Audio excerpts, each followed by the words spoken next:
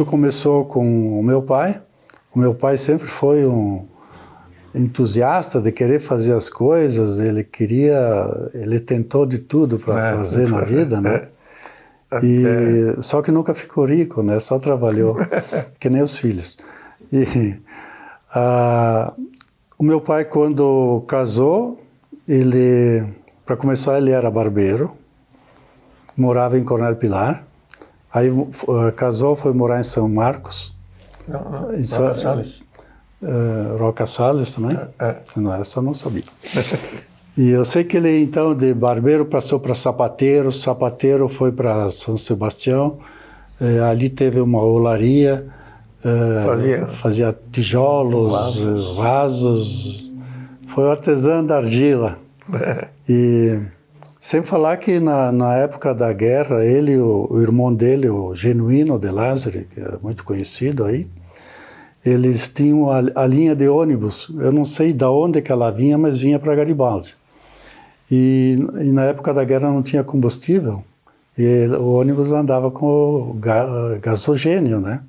E aquilo era uma façanha cada vez para fazer um trecho desses aí, né? Diz que passava muito trabalho, né?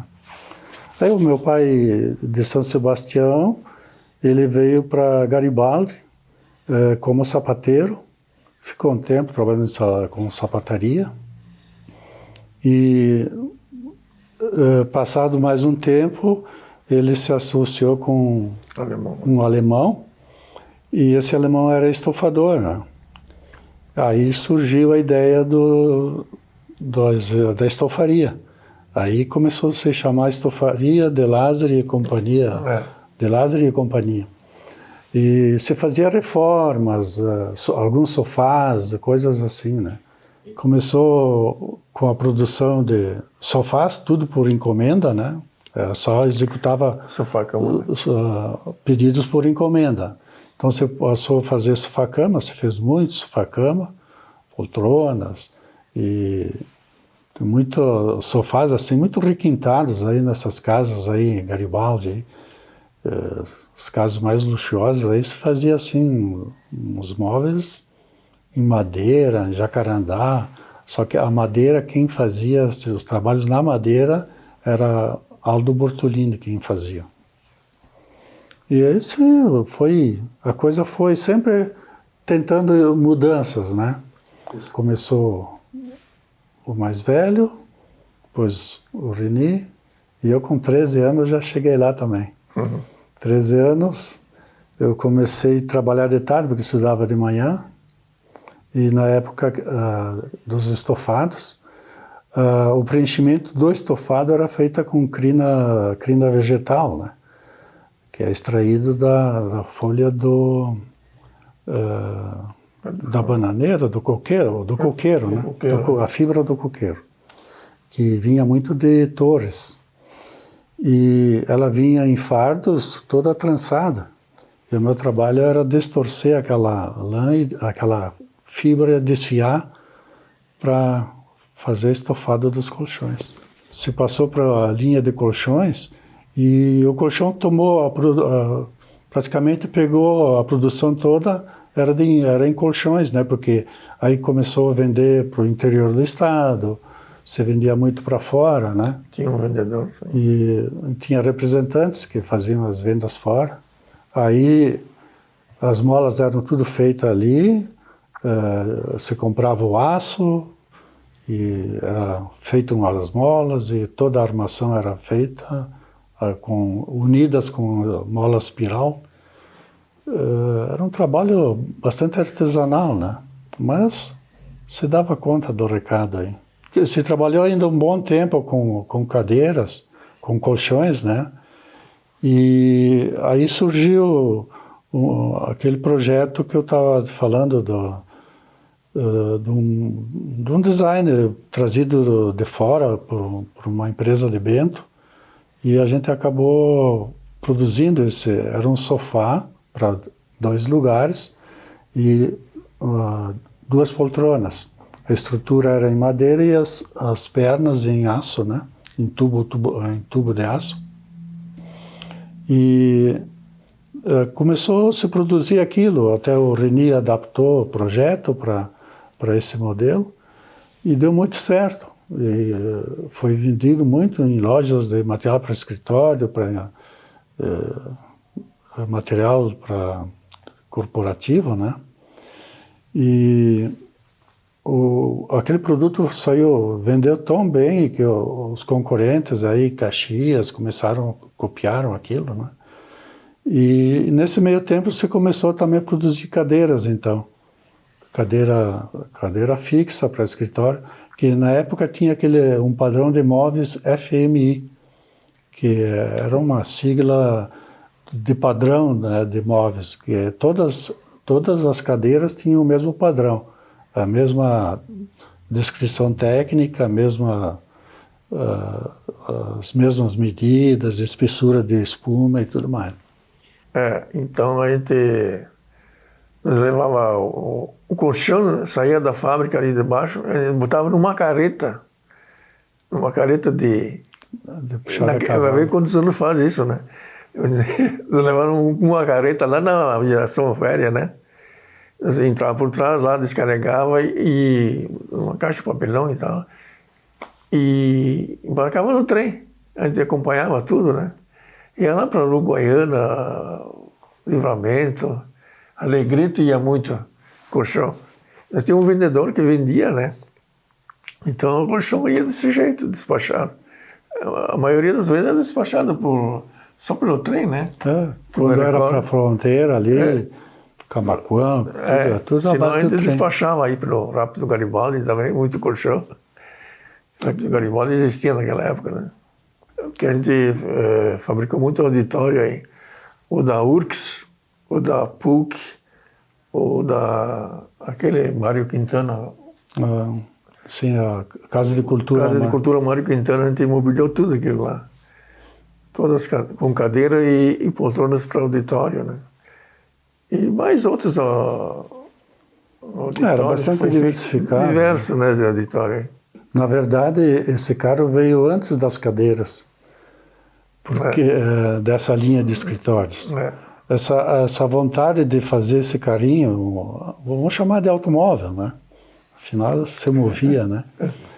E nós, os três guris, naquela época, era todo mundo aficionado ao automóvel. Cheiro da gasolina, nós éramos invocados com isso, né? O pai sempre tinha os carros, não era carro do ano, mas na época, em 1960, tudo carro importado, carro antigo, né? Mas a gente pegou o gosto aí. E aí se começou com aquela ideia, né? Vamos fazer um carinho. Quem começou foi o Valdir e o Reni, né?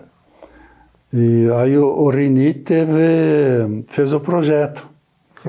Fez o projeto, detalhou as dimensões, comprimento, largura, altura, isso aí tudo foi por conta dele, né? Aí botei no papel as medidas, tudo certinho, né? A base disso tudo, na época, em 1958, tinha os carros lindos da cidade, era o Ford 58, o Forlane, que era o carro do momento ali, né?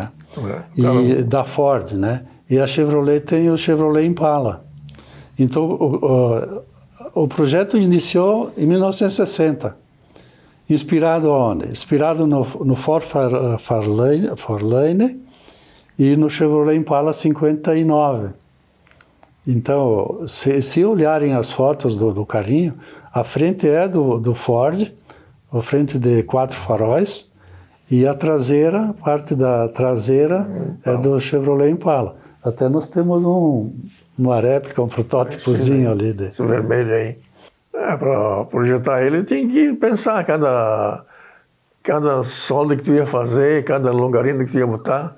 Nós começamos fazendo a estrutura de tubo, metal de tubo, no formato das curvas dos paralamas da frente, a tubulação, a frente e atrás. Aí quando tu colocava a chapa, ela já formava isso aí. Atrás também, a mesma coisa, que ela tinha as abas atrás, né? O Impala, né? Então é tudo estrutura, fazia estrutura antes, né? a porta, tudo. A porta era, na verdade, a estrutura dela era de madeira, com chapa também, a gente fazia a frente e atrás e curvava a chapa do lado. O motor era de Indian, né?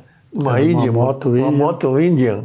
Era 1.200 cilindrada. Ela tinha 24 HPs, parece.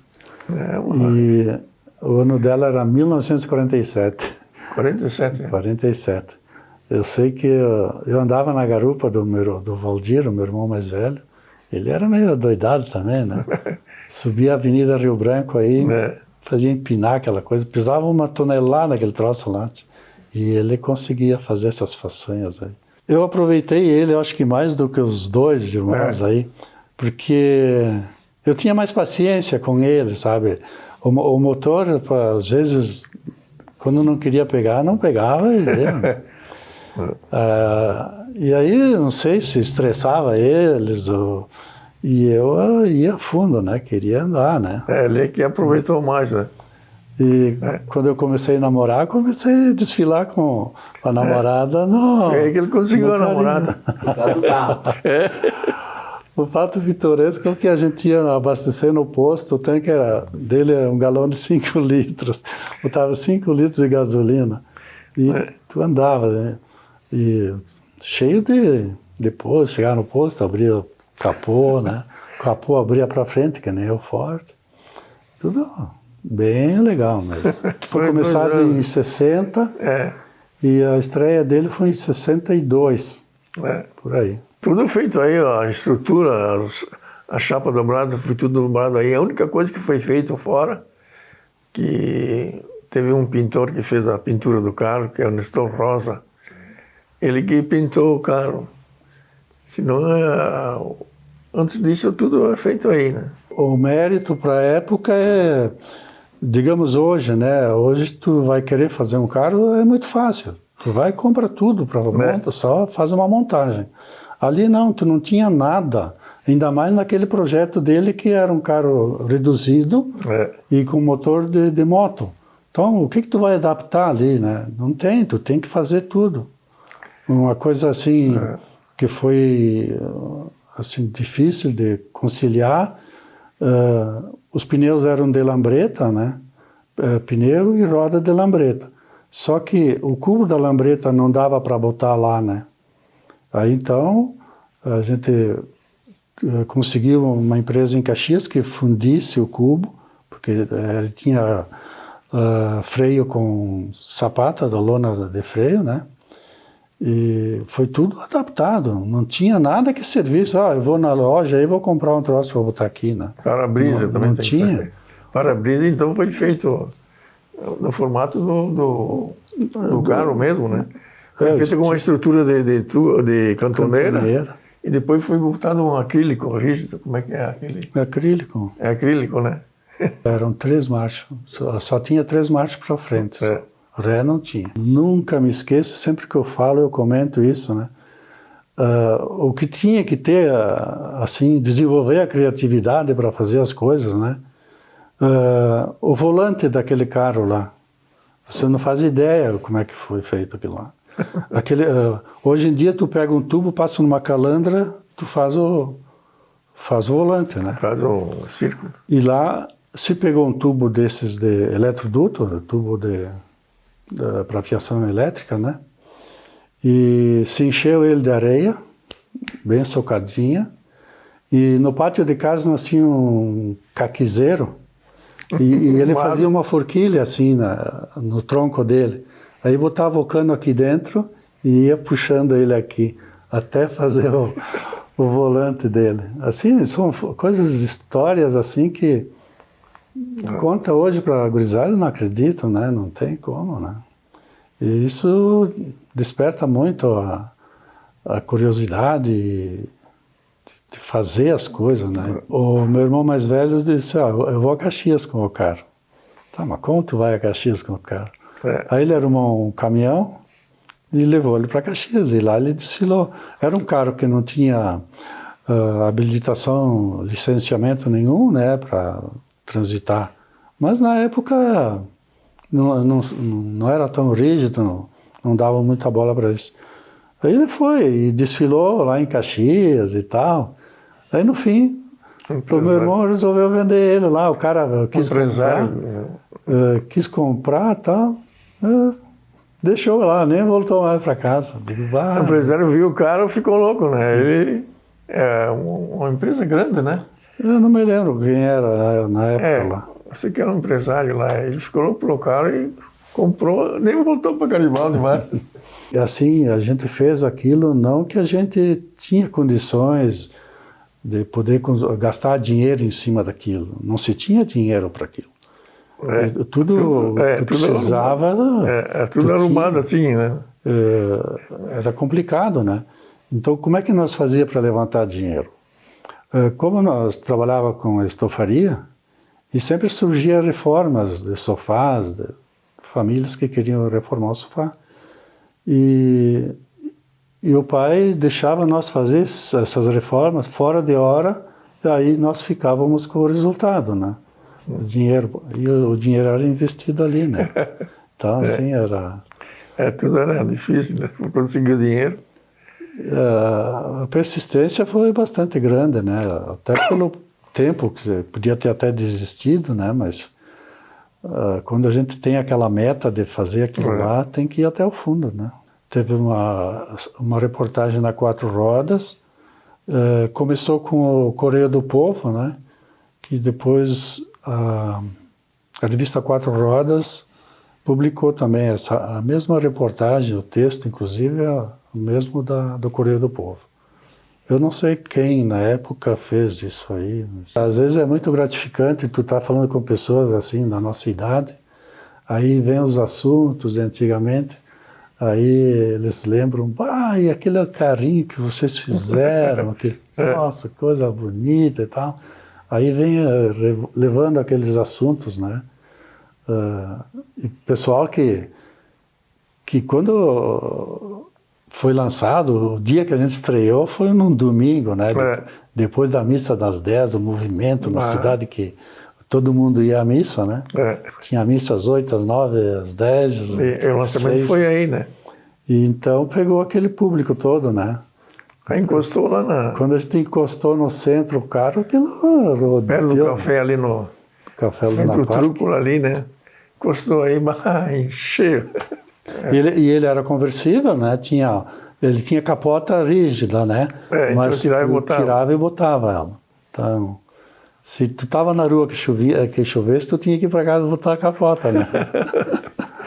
Eu lembro muito bem porque, aquilo lá deu muita gente ao redor, né? Então, onde a gente ia, fazia uma fileira para o pessoal olhar, né? Antes de terminar de pintar, tinha que sair na rua e nós saía sempre à noite, né? Porque hoje, mesmo que tu quisesse fazer um produto, um carro diferente do que tem hoje, é tudo mais fácil porque tu tem materiais bons, tu tem equipamento para fazer, qualquer coisa hoje que tu queira fazer, tem ferramentaria, equipamento, tu faz qualquer coisa. É só ter criatividade, né? Tudo era engraçado, né? Quando você ia para a rua, tu passava assim, o pessoal ficava olhando, né? Era muito engraçado isso. O pessoal até gritar para a gente, né? Eu tenho diversos casos assim, mas entre um domingo de tarde estava eu e o meu amigo, que a gente se criou junto, em memória dele, o Aldir Rec. Nós éramos como irmãos, né? E vamos dar uma volta de carro.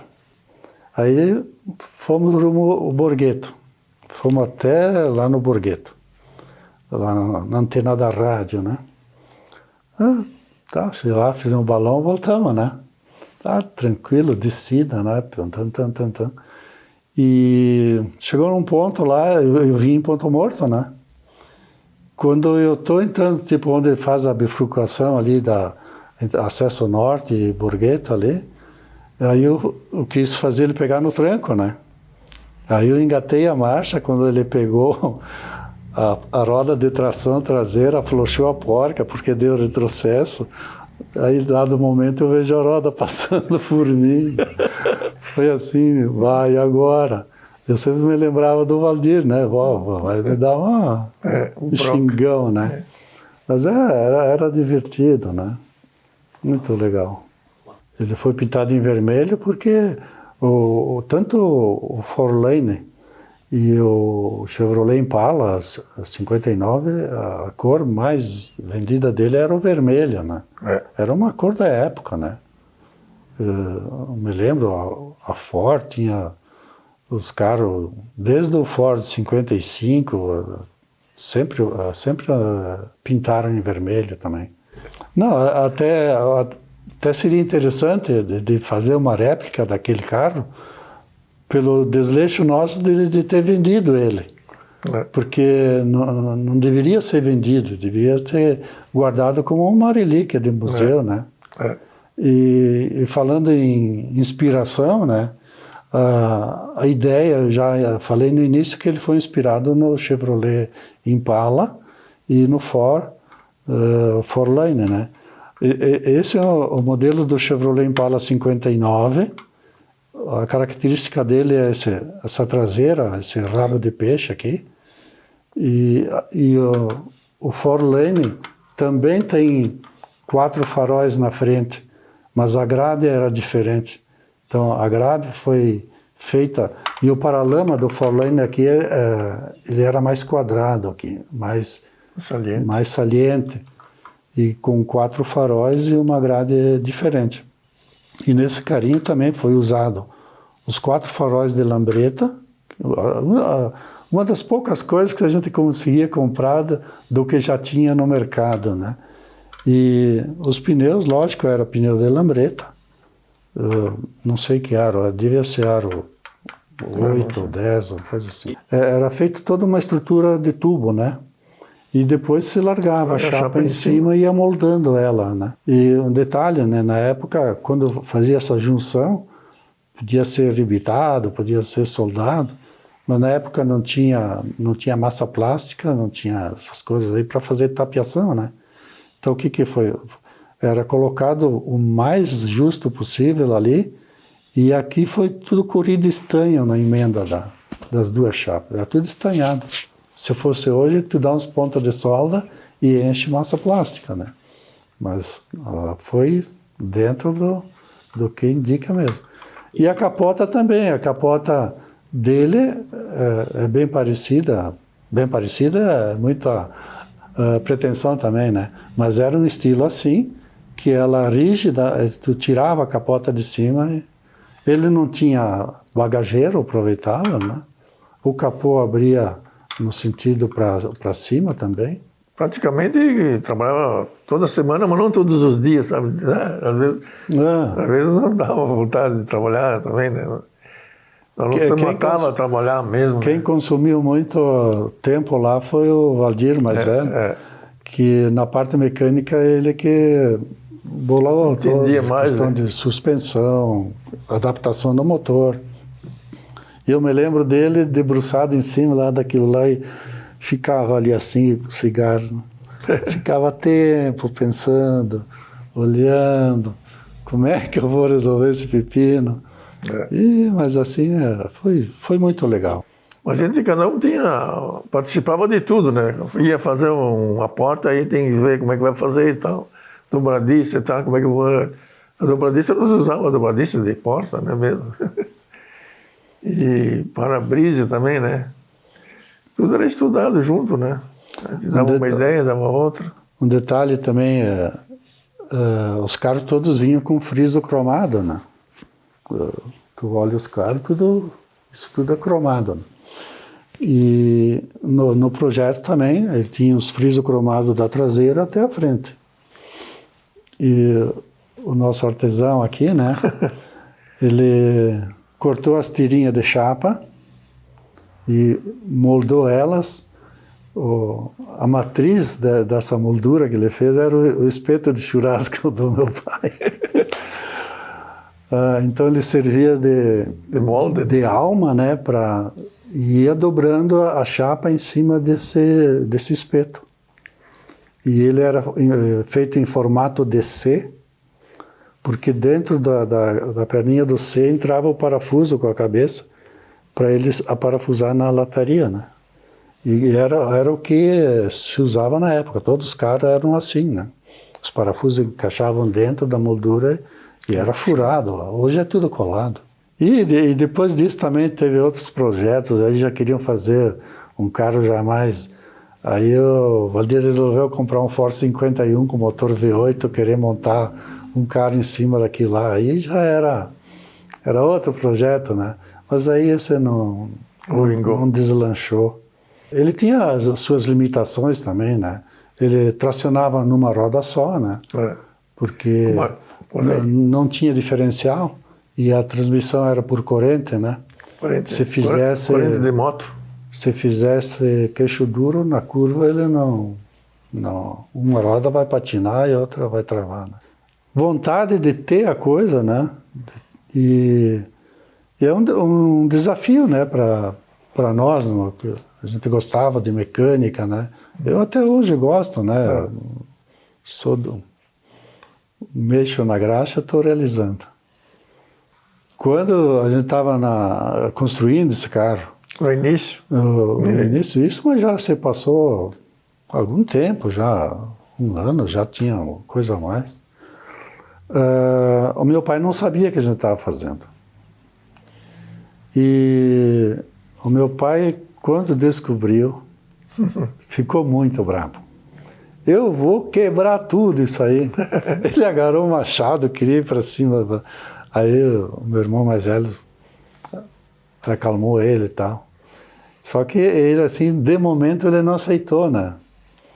E o meu pai tinha disso, né? O que a gente fazia, às vezes, ele não valorizava muito. E aí ele se acalmou e tal, só que depois ele começou, os guris estão fazendo um carro, não vai. Aí ele falava para os amigos, aí começou a falar para os amigos, sentia um pouco de orgulho da gente, né? Mas logo o primeiro impacto dele foi feio, né?